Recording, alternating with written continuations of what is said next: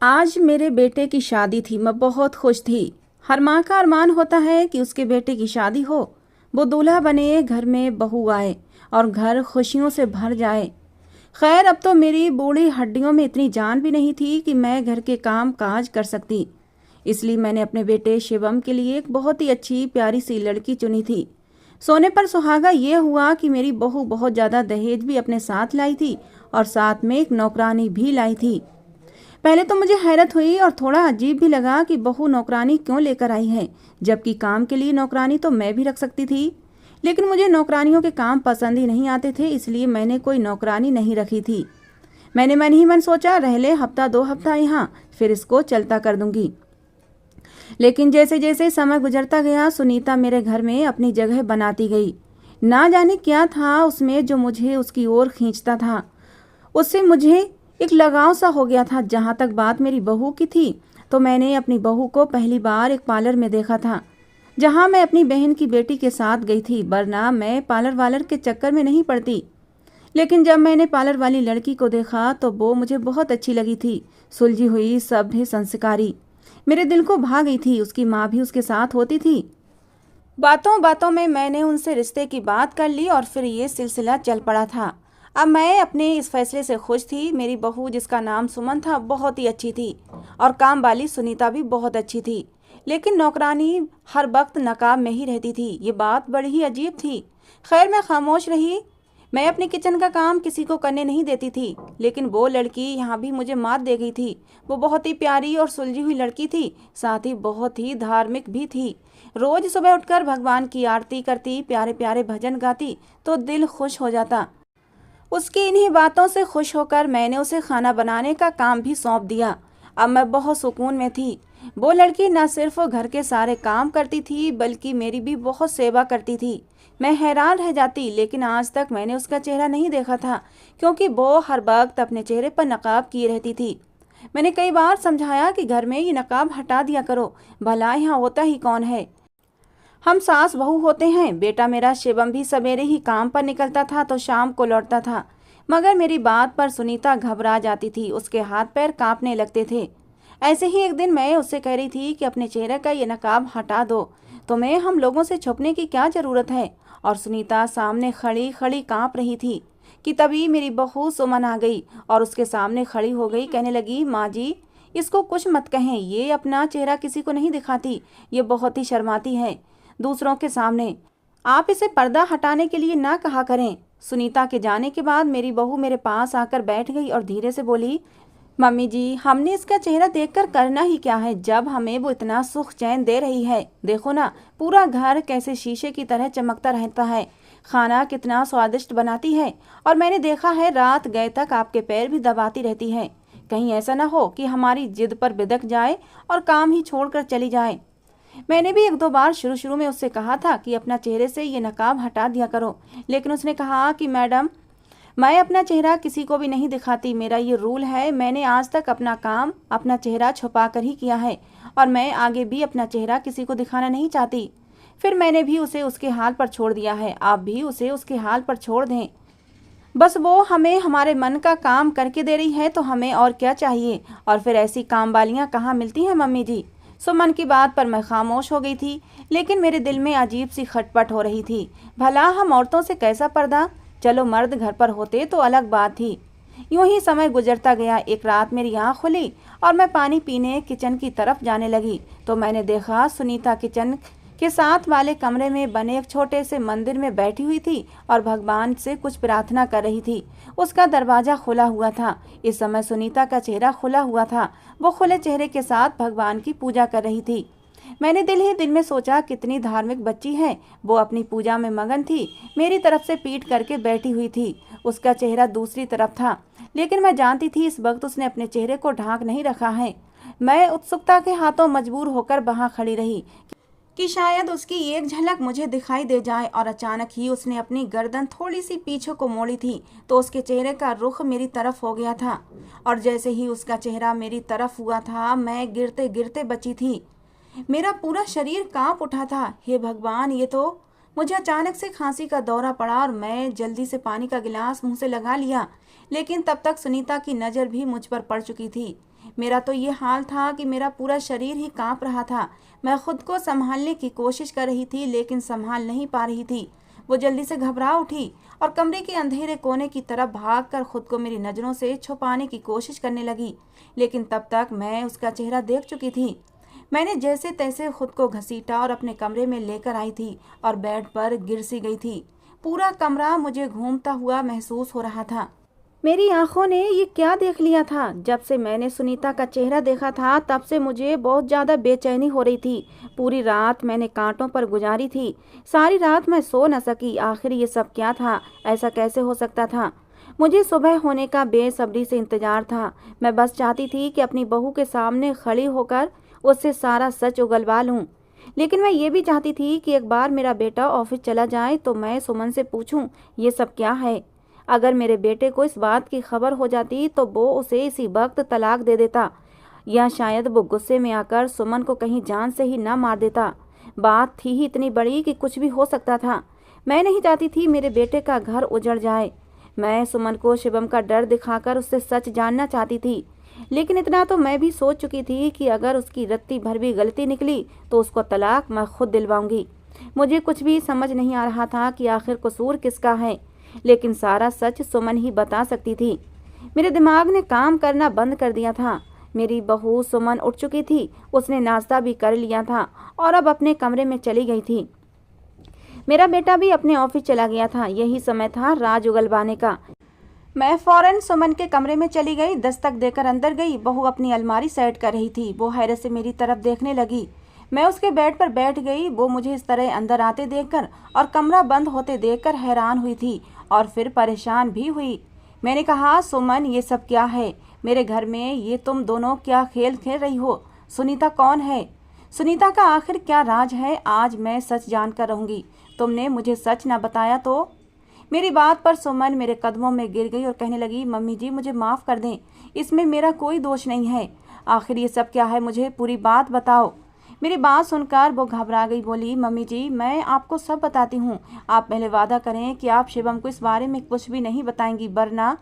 देखो सुमन बेटा, पहले मुझे सारी बात बताओ, मैं उसके बाद ही फैसला करूँगी कि मुझे क्या करना है। मेरी बात पर वो अपने आंसू पोंछकर मुझे अपनी कहानी सुनाने लगी।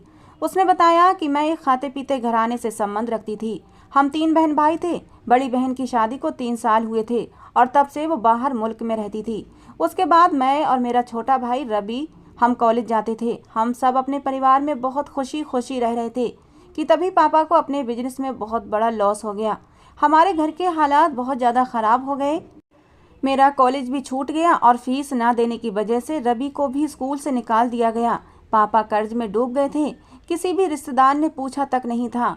ये बात बिल्कुल सच है कि लोग तभी तक साथ देते हैं जब तक आपके पास पैसा होता है। पापा ने अपना कर्ज उतारने के लिए घर बेच दिया। कुछ पैसे बच गए थे, उनसे एक छोटा सा मकान किराए पर लिया और उसका 6 महीने का एडवांस दे दिया और घर में 2 महीने का राशन डलवा लिया।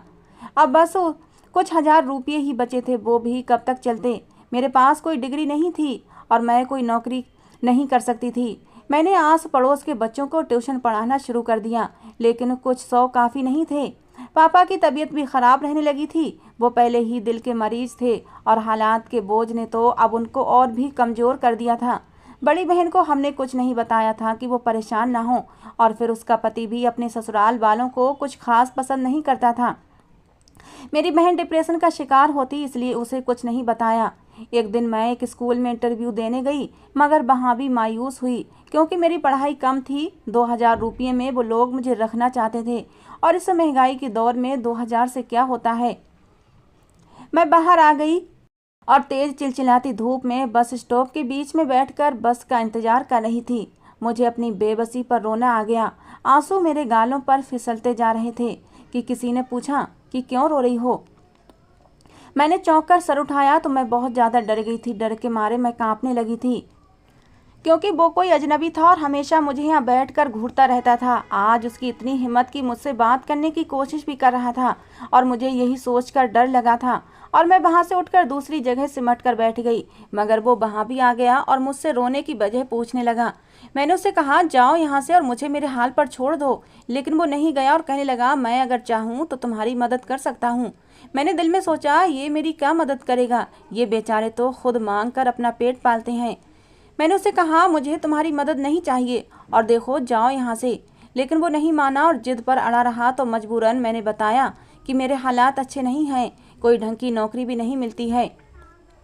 ये सुनकर उसने अपना एक मशवरा दिया कि तुम अपना ब्यूटी पार्लर खोलो। मैं उसकी बात सुनकर फीकी सी हंसी हंस पड़ी थी। मैंने कहा कि उसके लिए लाखों रुपये चाहिए होते हैं और मेरे पास तो इतने पैसे नहीं हैं कि किसी पार्लर में कोई कोर्स कर सकूं, सीखने के भी पैसे लगते हैं। ये सुनकर अपनी जेब से एक कागज और कलम निकाला और कागज पर कुछ लिखा और वो कागज का टुकड़ा मेरी तरफ बढ़ाते हुए बोला, ये मेरा नंबर है, तुम सोच लो फिर मुझे कॉल करना, मैं तुम्हें पैसे दूंगा। मैंने चिट उसके हाथ से ले ली और वहाँ से उठ गई क्योंकि मेरी बस आ गई थी। घर पहुंचकर मैं इस सारे हादसे को भूल गई थी। लेकिन रात को जब मैं बिस्तर पर लेटी तो अचानक से मेरे दिमाग में धमाका हुआ और दिन वाला हादसा मुझे याद आ गया कि कैसे मैं बस स्टॉप पर बैठी रो रही थी कि अचानक वहाँ एक आदमी आया। मैं सोच रही थी कि उसके पास इतना पैसा कहाँ से आएगा जो वो मुझे देने का कह रहा था, और अगर है भी तो वो मुझे क्यों देगा। आजकल तो कोई किसी को उधार तक नहीं देता। उसकी बातों पर मुझे विश्वास नहीं आ रहा था, मगर फिर ना जाने क्या सोचकर मैंने अपने पर्स से वो चिट निकाली जिसमें उसने अपना नंबर लिख कर दिया था और अपने मोबाइल में उसका नंबर अजनबी मददगार के नाम से सेव कर दिया और सो गई। इस हादसे को काफ़ी दिन गुजर गए थे। घर में 2 वक्त की रोटी खानी अब मुश्किल हो गई थी और अब तो ट्यूशन्स भी छूट गई थीं। मुझे और माँ को रबी की स्कूल की बहुत चिंता हो रही थी। कितने महीने हो गए थे वो घर पर उदास बैठा अपने स्कूल बैग को खोलकर अपनी किताबें बिखराए हुए घंटों उन्हें देखता रहता था। उसके स्कूल ना जाने से उसकी पढ़ाई का बहुत नुकसान हो रहा था। उस दिन मैं अपनी एक दोस्त के घर गई उससे बात करने कि मुझे किसी अच्छे स्कूल में तनख्वाह पर लगवा दे किसी से बात करके। मैं वहां से निकली तो रास्ते में एक ब्यूटी पार्लर था। उसे देखकर मुझे उस अजनबी की बात याद आ गई और मैं अंदर चली गई। मैंने कहा कि मैं काम सीखना चाहती हूँ। पार्लर के ऑनर ने कहा कि मैं कोर्स सिखाने का 1 लाख लेती हूँ और 1 साल का कोर्स है जिसमें वो मुझे सब कुछ सिखा देगी। ये सुनकर मैं मायूस होकर वहाँ से ये कहकर निकली कि कुछ दिन बाद बताती हूँ आपको। लेकिन मैं 1 लाख कहाँ से लाती, मेरे पास तो 10,000 भी नहीं थे। खैर मैं घर आ गई और कुछ देर बाद उस अजनबी का नंबर मिला दिया। उसने मेरा फ़ोन काट दिया, लेकिन थोड़ी देर बाद खुद ही कॉल की और पूछा, क्या तुम वही लड़की हो जो मुझे बस स्टॉप पर मिली थी? मुझे हैरत हुई कि उसने मेरी आवाज़ सुने बगैर मुझे कैसे पहचान लिया, मगर मैंने उस पर कुछ भी जाहिर किए बिना कहा, हाँ मैं वही लड़की हूँ जो तुम्हें बस स्टॉप पर मिली थी, और पूछा कि तुम मुझे कहाँ से इतने पैसे दोगे जबकि तुम खुद गरीब हो। ये बात सुनकर वो हंसा कि तुम्हें पैसों से मतलब है, वो तुम्हें मिल जाएंगे, बोलो कितने चाहिए। मैंने कहा मुझे 1 लाख ब्यूटी पार्लर के कोर्स के लिए चाहिए और मैं तुम्हें वो पैसे लौटा दूंगी। उसने मुझे उसी बस स्टॉप पर बुलाया और मैंने भी हामी भर ली। अगले दिन मैं वहाँ पहुँची तो वो वहाँ पहले से मौजूद था। उसने मेरे हाथ में एक लिफाफा दिया और खामोशी से चला गया। मैंने वो लिफाफा झट से अपने पर्स में रखा और घर वापस आ गई। कमरे में आकर दरवाज़ा बंद करके मैंने लिफाफा खोला तो मेरे हैरत की हद ना रही जब मैंने देखा कि लिफाफे में 2 लाख रुपये पड़े थे। मैंने उसे कॉल किया और उससे पूछा कि मुझे तो 1 लाख की ज़रूरत थी, तुमने 2 लाख क्यों दे दिए? वो बोला कि 1 लाख पार्लर में दे दोगी और 1 लाख तब तक धीरे धीरे घर में खर्च करना। मैंने उसका धन्यवाद किया और जोश में आकर उससे वादा कर बैठी कि ज़िंदगी में उसे मेरी कभी कोई मदद की ज़रूरत पड़ी तो मैं ज़रूर करूँगी और वो मुझे अपनी बहन समझे। मुझे नहीं मालूम था कि अनजाने में मुझसे कितनी बड़ी गलती हो रही है। मैंने फ़ोन रख दिया। दूसरे दिन मैंने पैसे पार्लर में जमा करवाए और पार्लर ज्वाइन कर लिया। दिन इसी तरह गुजरते जा रहे थे। मैंने बहुत कुछ सीख लिया था और रवि को भी स्कूल में दाखिला करवा दिया था। इसी तरह पूरा साल हो गया। पार्लर से मुझे कोर्स सर्टिफिकेट भी मिल गया था। अब मैं अपना पार्लर खोलना चाहती थी। मैंने उस अजनबी मददगार को एक बार फिर से कॉल लगाई और बताया मेरा कोर्स कंप्लीट हो गया है। तो उसने कहा कि मैं फिर से उसी जगह पर आ जाऊं। मैं वहां गई तो उसने मुझसे कहा मेरे साथ चलो। मैं हैरत में डूब गई तो वो बोला मैंने तुम्हारे लिए एक पार्लर देखा है जो कोई किराए पर दे रहा है। मैं उसके साथ चली गई और सारे मामले तय कर लिए और घर आ गई। दूसरे दिन से ही पार्लर पर बैठ गई और पार्लर ओपन का बोर्ड भी लगा दिया। अपनी मदद के लिए एक लड़की भी रख ली। पार्लर खूब चल पड़ा था। घर के हालात अब ठीक होने लगे थे। मैं तो उसे अपना बहुत ही एहसानमंद समझती थी और दिन रात उसे दुआएं देती रहती थी। मेरे पार्लर पर बहुत सारी औरतें आती थीं और उन्हीं आने जाने वाली औरतों में एक आप भी थीं। आपने मुझे पसंद किया और मुझे अपनी बहू बना लिया। मेरी शादी की तैयारियां हो रही थीं कि एक दिन वही अजनबी मददगार मेरे पास आया। बोला कि मुझे तुमसे कुछ चाहिए। मैंने कहा मैं तुम्हारे सब पैसे लौटा दूंगी, तुम मुझे कुछ समय दे दो। उसने कहा मुझे पैसे नहीं चाहिए, बल्कि मुझे तुम्हारी मदद चाहिए। फिर उसने मुझे मेरा नादानी में किया गया मेरा वादा याद दिलाया, जो मैंने अपनी नादानी में कर दिया था। मैंने उसे 2 लाख के बदले कहा था कि मैं उसकी कोई भी मदद करूंगी। मैं उसकी बात सुनकर परेशान हो गई थी कि न जाने अब वो मुझसे क्या मांग ले, लेकिन मैंने दिल कड़ा करके कहा मांगो, क्या मांगते हो। लेकिन उसकी बात सुनकर मेरे तो सर पर आसमान गिर पड़ा था। उसने मुझसे कहा कि तुम मुझे अपने साथ अपने दहेज में लेकर जाओगी। मैं हैरान हुई। मैंने कहा ये कैसे हो सकता है। तो वो बोला कि मैं तुम्हें बताता हूँ, तुम मुझे अपने साथ काम वाली बनाकर ले जाओगी। मैं हर वक्त खुद को ढक कर रखूंगा, किसी को खबर तक नहीं होगी कि मैं कौन हूँ। उसकी बात सुनकर मुझे अब गुस्सा आने लगा था। मैं उस पर चिल्लाई। मैंने कहा मैं ये सब क्यों करूँगी। मैं मानती हूँ तुम मेरे मददगार हो, मैं तुम्हारी एहसानमंद भी हूँ, मगर मैं अपने होने वाले पति को इतना बड़ा धोखा हरगिज नहीं दे सकती। मैं क्यों एक गरीब आदमी को अपने घर लेकर जाऊं, और मुझे क्या मालूम तुम किस इरादे से और किस नियत के साथ जाना चाहते हो। मैं ऐसा नहीं करूंगी। मैंने मुड़कर अपनी तिजोरी का लॉक खोला। मेरी तिजोरी में काफ़ी नोट भरे पड़े थे। मैंने अच्छा खासा पैसा जमा कर लिया था। मैं इस आदमी के पैसे देने ही वाली थी। मैंने 2 लाख रुपये भी अलग से लिफाफे में डाल कर रखे हुए थे कि न जाने कब मेरे मददगार को इन पैसों की ज़रूरत पड़ जाए। मैंने वो लिफाफा उसकी तरफ बढ़ा दिया और कहा गिन लो, इसमें पूरे 2 लाख हैं। ये लो और जाओ यहाँ से। आज से तुम्हारा मेरा रिश्ता ख़त्म। वो मेरी बात सुनकर एकदम से मेरे पाँव में गिर गया और रोने लगा। मैं डरकर पीछे हटी थी। वो जोर जोर से रो रहा था। उसने मेरे सामने हाथ जोड़ दिए। वो ऐसे रो रहा था जैसे छोटा बच्चा भीड़ में अपनी माँ से जुदा होकर डर के मारे रोने लगता है। उसकी हालत देखकर मेरा दिल पसीज गया। मैं भी उसके पास बैठ गई। मैंने कहा राजू भाई क्या बात है, आपको क्या हो गया है। मेरी बात सुनकर वो उम्मीद भरी नज़रों से मुझे तकने लगा। उसने हाथ जोड़कर कहा सुमन, मुझे मेरी माँ से मिला दो। कौन सी माँ? मैं हैरान हुई थी। उसने कहा तुम्हारी होने वाली सास मेरी माँ है। मैं अपनी माँ की सेवा करना चाहता हूँ, तुम मुझे अपने साथ ले चलो, मेरी इस आरजू को पूरा हो लेने दो। उसकी बात सुनकर मुझे एक धक्का सा लगा था।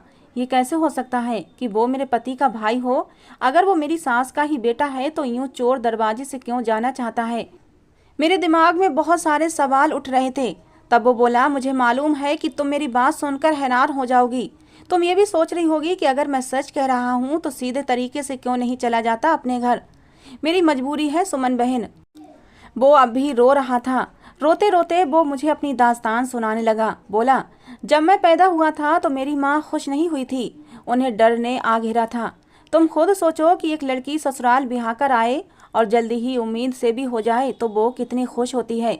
उसको लगता है कि आने वाला बच्चा ससुराल में उसके कदम मजबूत कर देगा। मगर मेरी पैदाइश के बाद मेरी माँ के कदम मजबूत तो ना होते, बल्कि वो धिक्कार दी जाती, ससुराल से धक्के मार कर निकाल दी जाती। मेरी दादी मेरी माँ को 1 मिनट के लिए भी बर्दाश्त ना करती, और ये भी मुमकिन था कि मेरा बाप अस्पताल के बेड पर ही मेरी माँ को तलाक देकर चला जाता। हालांकि इसमें दोष मेरी माँ का नहीं था। ये तो भगवान की मर्जी थी कि उसने मुझे लड़का बनाया ना लड़की बनाई। मेरे अंदर दोनों के जीन्स डाल दिए थे। राजू की बातें सुनकर मैं सकते में आ गई थी, जबकि वो खुद जर्द सा पड़ता जा रहा था। उसके आंसू थमने का नाम नहीं ले रहे थे। जब नर्स ने अम्मा को बताया कि तेरे घर किन्नर बच्चे की पैदाइश हुई है तो माँ ने नज़रों ही नज़रों में उससे विनती कर डाली थी। वो भी अम्मा का दुख समझकर चुप हो गई और पापा को मुबारकबाद दी कि आपके घर लड़का पैदा हुआ है। सब खुशी से फूले नहीं समा रहे थे। हर कोई मेरी माँ के आगे पीछे हो रहा था, जबकि वो खामोशी से कोने में बैठी आंसू बहाए जा रही थीं। जैसे जैसे मैं बड़ा होता गया मैंने अपनी माँ को हमेशा रोते ही देखा था। मुझे नहीं मालूम उन्होंने कैसे मुझे घर वालों से छुपाकर बड़ा किया था।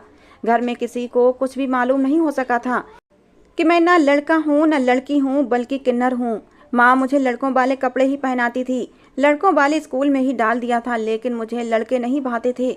मेरा दिल करता कि मैं गेंद बल्ले से नहीं, अपनी छोटी बहन रानी की गुड़ियों से खेलूं।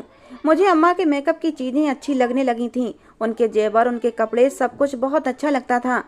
मैंने एक दिन अम्मा की लाल सुर्खी उठाकर अपने होठों पर लगा ली और बाहर आंगन में निकल आया। मेरी दादी हंस हंस कर पागल हो रही थीं। अम्मा को बुलाकर कहा, देख तेरा बेटा लड़की बन गया है। उस दिन अम्मा मुझे बाजू से पकड़कर कमरे में ले गईं। कमरे का दरवाज़ा बंद करके मुझे पापा की बेल्ट से बहुत मारा था। मेरा नाजुक सा शरीर था, मैं यही कोई 6 साल का बच्चा ही तो था। मुझे मारते मारते मेरी माँ थक गई थी, लेकिन मेरी माँ को मुझ पर रहम नहीं आया था। जब मेरे शरीर से खून बहने लगा तब उनका हाथ रुका था। अब वो मुझसे भी ज़्यादा चीख चीख कर रो रही थीं। हम दोनों माँ बेटे रो रो कर निढाल हो चुके थे। मेरी दादी ने दरवाज़ा बजाया, लेकिन अम्मा ने ना खोला। वो अपना सर दीवार से मार मार कर जख्मी कर चुकी थीं। हम दोनों को अस्पताल ले जाया गया। वो मेरे लिए तड़प रही थीं और मैं अपनी माँ के लिए। मैं कितनी देर तक अम्मा की तकलीफ़ याद करके रोता रहा, और अम्मा तो हर समय हाथ जोड़कर अब मुझसे माफ़ियाँ मांगती रहती थीं। उस दिन अम्मा ने मुझे समझाया कि अगर तुमने दोबारा ऐसी हरकत की तो पापा तुम्हें ऐसी ही जगह छोड़ आएंगे जहाँ हर रोज़ ऐसी ही मार पड़ेगी। उस दिन के बाद से मैंने ऐसा कोई भी काम करने के बारे में नहीं सोचा था। कई बार दिल चाहा कि मैं खुद को सजाऊं संवारूं, मगर मैं अपने दिल की इस ख्वाहिश को रौंद डालता। कई साल बीत गए, अम्मा की मार भी भूल गया था, लेकिन जो सबक वो हर रोज़ पढ़ाया करती थीं, मैं वो भी एक कान से सुनकर दूसरे कान से निकाल देता था। लेकिन एक दिन मैंने अपनी ज़िंदगी की सबसे बड़ी गलती कर डाली। मुझे याद है, उस दिन मैं 10 साल का हुआ था, तो पापा ने घर पर ही एक छोटी सी सालगिरह मनाने का सोचा था। मेरी माँ मेरे लिए बहुत ही अच्छी पैंट शर्ट निकाल कर रख कर गई थीं, लेकिन मैंने अपनी छोटी बहन रानी की फ़्रॉक उठाई और पहन ली, और माँ का मेकअप भी कर लिया। और जब मैं बाहर केक काटने के लिए निकला तो सब हंस पड़े थे। मेरी माँ भी हंसी, मेरे सर पर हल्की सी चब्बत लगाकर बोली, तुम्हारी मजाक की आदत पता नहीं कब जाएगी। फिर वो मुझे कमरे में ले गईं। मुझे दोबारा तैयार करते हुए वो बेतहाशा रो रही थीं। मैंने वजह पूछी तो वो बोली कि तुमने बहुत गलत किया है, तुम्हें इसकी सज़ा मिलेगी, और शायद तुम्हारी सज़ा मुझे भी ज़िंदगी भर दर्द देगी। मैंने वजह पूछी तो वो कुछ ना बोली। अगले दिन मेरी माँ मुझे बाजार ले गई थी, लेकिन ये बाजार तो नहीं था। वो मुझे अजीब से इलाके में ले गई थी। बहुत ही तंग छोटी छोटी गलियों से गुजरते हुए वो मुझे एक घर में ले गईं, जहाँ सभी मेरे जैसे ही लोग थे, यानी कि ये किन्नरों का घर था। बात बात पर ताली पीटते थे। मुझे बड़ी घबराहट हो रही थी। मैंने माँ का हाथ हिलाकर कहा, माँ चलो यहाँ से, मुझे डर लगता है। मेरी सांस घुट रही थी, मगर वो एक बूढ़े से आदमी के पास जाकर बैठ गई। उस आदमी को सब लोग गुरु कहकर बुला रहे थे। गुरु ने मुझे अपने पास बुलाकर कहा, आज से मैं तुम्हारी माँ हूँ। मैं अपनी माँ का कंधा हिलाकर कहने लगा, माँ उठो, घर चलो। पता नहीं क्यों मेरा दिल अनजाने डर से कांप रहा था, और फिर वही हुआ जिसका डर था। मेरी माँ उठकर बाहर की तरफ चल दी। मैं उनके पीछे लपका था और मुझे गुरु के चेलों ने पकड़ लिया। मैं चीखता रहा, चिल्लाता रहा, लेकिन अम्मा ने पीछे मुड़कर भी नहीं देखा था। मेरा नन्हा सा दिल कांप रहा था। मेरा दिल कर रहा था कि मैं जोर जोर से चीखें मार कर रोऊं और अपनी माँ के पैरों में लिपट जाऊं और रोते हुए उन्हें बताऊं कि मैं उनके बिना नहीं रह सकता, मुझे वो खुद से जुदा ना करें। मैं अपनी अम्मा के पास जा भी नहीं सकता था, क्योंकि गुरु के चेलों ने मुझे कसकर पकड़ रखा था। धीरे धीरे मेरी माँ मेरी नज़रों से ओझल हो रही थी और गुरु के चेले मुझे कसकर पकड़े हुए थे। मेरे कमज़ोर से बदन में इतनी ताकत कहाँ थी कि मैं उन हट्टे कट्टे चेलों से खुद को छुड़ा लेता। मैं सारी रात दहाड़े मार मार कर रोता रहा। गुरु मुझे प्यार से समझाता रहा, मगर वो समझने की उम्र तो नहीं थी ना। सुबह सवेरे ही अम्मा मुझसे मिलने चली आईं। मैं उनसे लिपट कर एक बार फिर बहुत रोया था। अम्मा ने मुझे अपने हाथों से खाना खिलाया और फिर चली गईं, मेरे किसी सवाल का जवाब दिए बगैर।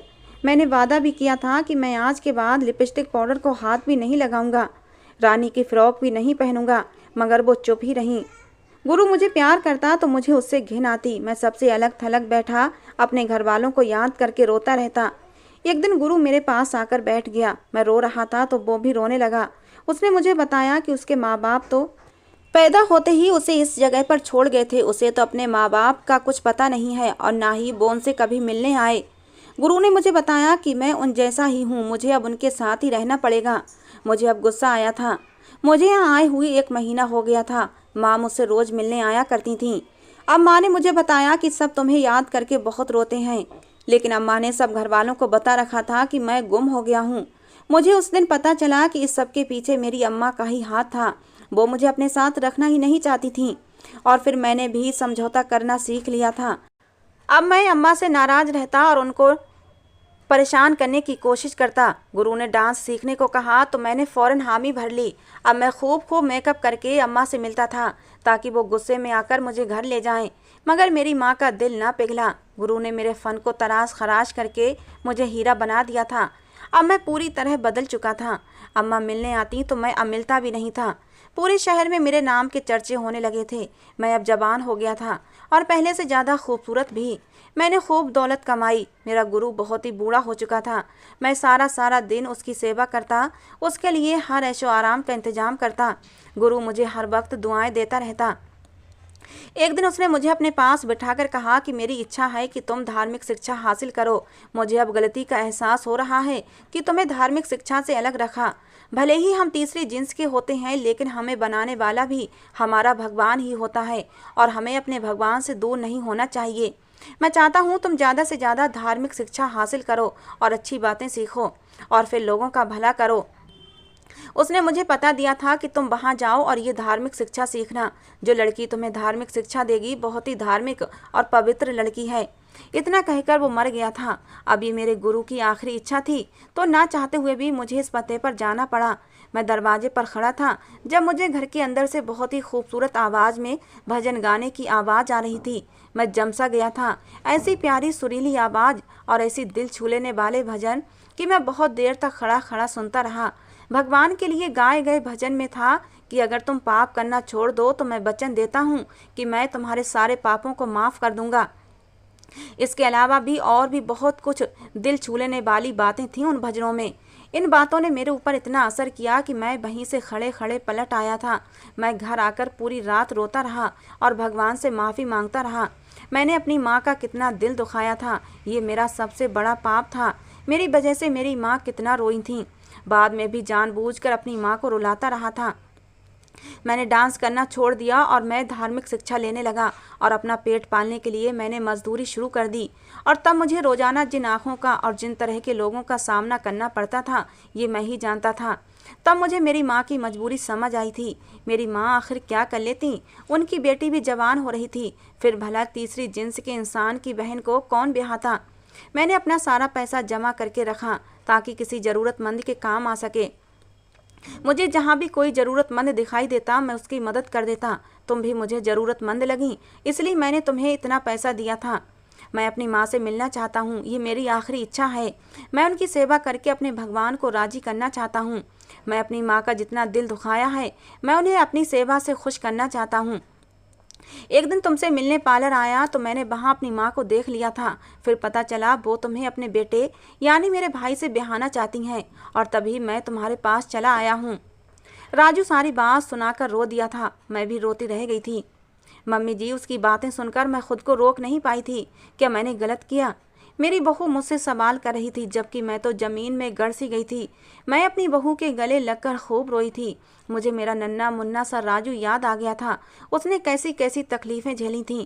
मैं भागकर उसके कमरे में गई तो वो अपना सामान पैक कर रहा था। मुझे देखकर मेरे कदमों में गिर गया। मैंने उसको उठाया और उसके आगे हाथ जोड़कर अपनी हर गलती मानी। मैंने गिड़गिड़ाकर उससे माफ़ी भी मांगी। उसने मुझे माफ़ कर दिया। मेरा राजू मेरे सीने से लगा बच्चों की तरह बिलक बिलक कर रो रहा था। वो मुझसे जुदा हुआ और फिर अपना सामान उठाकर चल दिया। मैंने उसका बैग उसके हाथ से छीन कर कहा, तुम मेरे पास रहोगे? वो घबराकर बोला, अम्मा, मैं आपकी ज़िंदगी मुश्किल नहीं बनाना चाहता। और जब मैं बोली तो मुझे ऐसा लग रहा था जैसे मेरी आवाज़ किसी गहरे कुएं से आ रही है। मैंने कहा, बेटा, ज़िंदगी तो मैंने तुम्हारी मुश्किल बना दी थी। लोगों का डर इस कदर मुझ पर हावी हो चुका था कि मैं भगवान के कहर को भी भूल गई थी। अगर वो मुझसे पूछ ले कि बेटा और बेटी मैंने दिए तो तूने बड़े प्यार से रख लिए। मैंने अपनी पसंद से एक बहुत ही ख़ास चीज़ तुझे दी तो तूने उसे धुतकार दिया, तो मैं उसे क्या जवाब दूंगी? मुझे मेरे भगवान के सामने शर्मिंदा होने से बचा ले। मैंने राजू के सामने हाथ जोड़ दिए तो वो भागकर मुझसे लिपट गया था।